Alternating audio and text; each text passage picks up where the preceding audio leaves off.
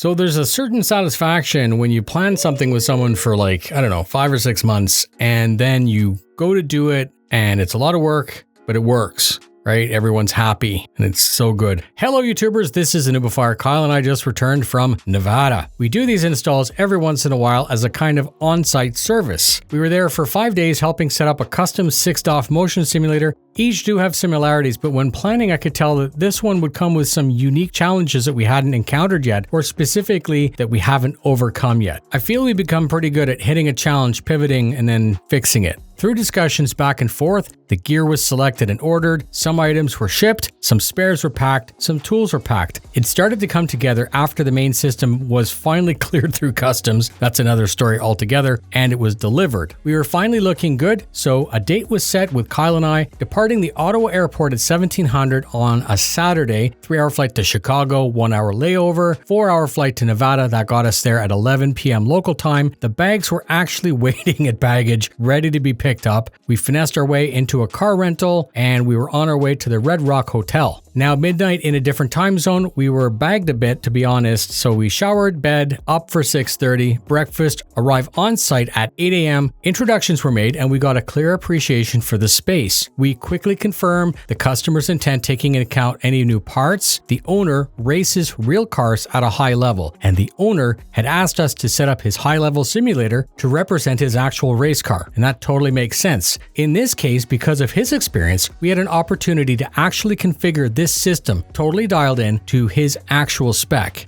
We made some space, unpacked the tools, and opened the simulator crate. We positioned the 6 base plates upside down. Kyle placed the bolts hand tight, and then we began torquing all of the bolts, resulting in a stable platform. This took about 2 hours, and once checks were done, we were well past noon. Now, we flipped that right, and with the casters attached, we were able to unpack the actuators and then torque them into the base, position the control boxes, another 2 or 3 hours. Then we placed the deck, which went very smoothly this time due to past lessons learned. We were very happy and the owner was obviously excited to finally see the system come together. And that part always happens. The owner always makes a comment that it's much cooler or much more menacing in person and that the photos and videos don't actually do it justice.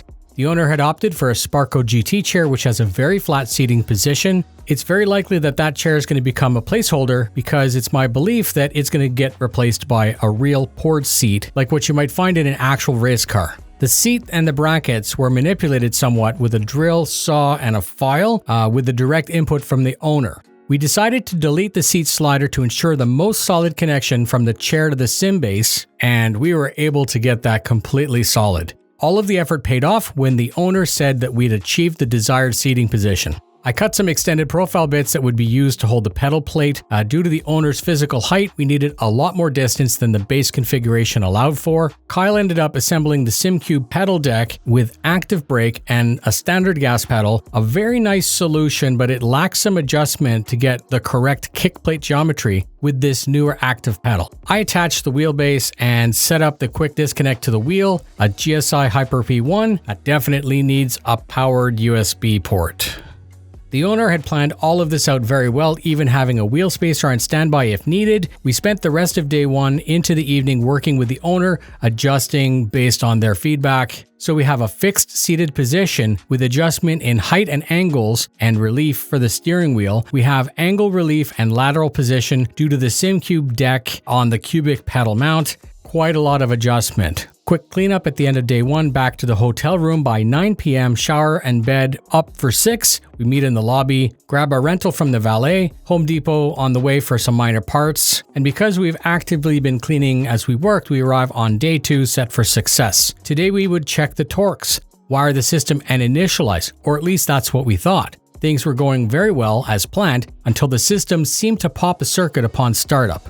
We must have wasted 4 hours diagnosing this, and as we found out, the room was powered up through a ground fault plug. This was not obvious because the first plug for the circuit was hiding behind a piece of furniture. We took time to test parts individually in the system by isolating each of the control boxes. Everything seemed to work well individually, and the system behaved completely normal for at least the first 10 seconds leading up to when the system parks, and then the ground fault kicks in. So we were thinking more that it was the ground fault at fault, not the actual system, which was a relief. The space was also wired up for 240, and the owner was able to research and order all of the parts that would be needed to power the system through that, and they would arrive in the near future. This minor setback caused us to change focus on mounting the screens. The owner uses and likes VR. However, after much research, they wanted to test triple screens. We initially discussed using the configuration that I use, which is triple 55, set in front and away from the motion system, but the owner wanted to change to something better for them.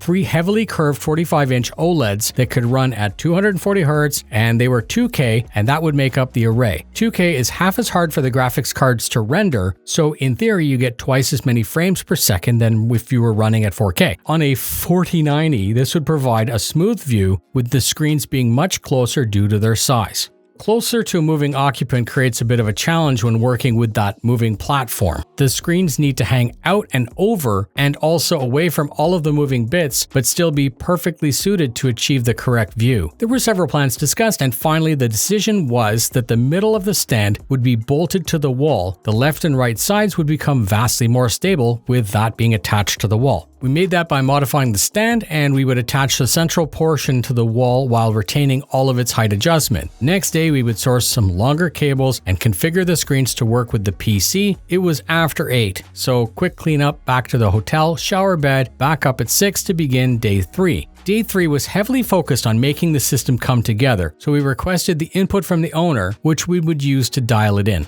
After mocking up the monitors to check for height and the curve, we received the 2 specialized cables that could plug into the 240 volts. One was 120 volts at 30 amps and the other solution was 240 volts at 40 amps, and those 2 options are overkill in a good way. The system actually behaves better at the higher voltage. The PC was configured, the software was installed, and finally the system came to life with that new 240 volt circuit. We made sure that the owner would finally be able to make some laps before we left. It was 9 p.m. by that time. Clean up, back to the hotel, shower, bed, back up for 6, on site by 8 after breakfast. Day 4 was supposed to be our catch-up day schedule to account for unforeseen issues, and this type of system with the monitors is simply unachievable in 3 days, even with 2 people pulling 12-hour workdays. To summarize this full day, I can simply say details and addressing little issues. As we approached 7 p.m. that night, the system was adjusted and worked well. Throughout the day, the owner had been putting down some laps. Kyle took a go at it, and then I also took a go at it. The screens were finally set really nice and low, fully surrounding the occupant.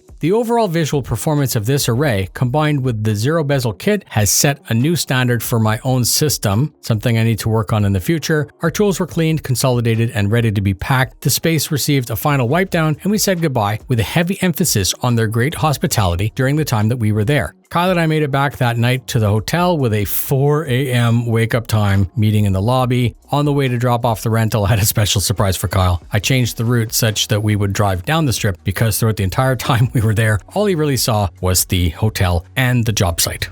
The rental was dropped off, shuttled to the airport, through security in time for our flight at 7 a.m. to Ottawa through Chicago. This install taught us much more than we knew, and we're better prepared for the next install in Colorado, which is coming up pretty soon. I hope you had a good time watching the build log, and you should please contact us if this is something that you're interested in. Pretty specialized, but we'll make it work for you. We will help from placing an order and managing through customs all the way through to a full custom turnkey install if that's what you need. Thank you very much for spending your time with me. Sim safe.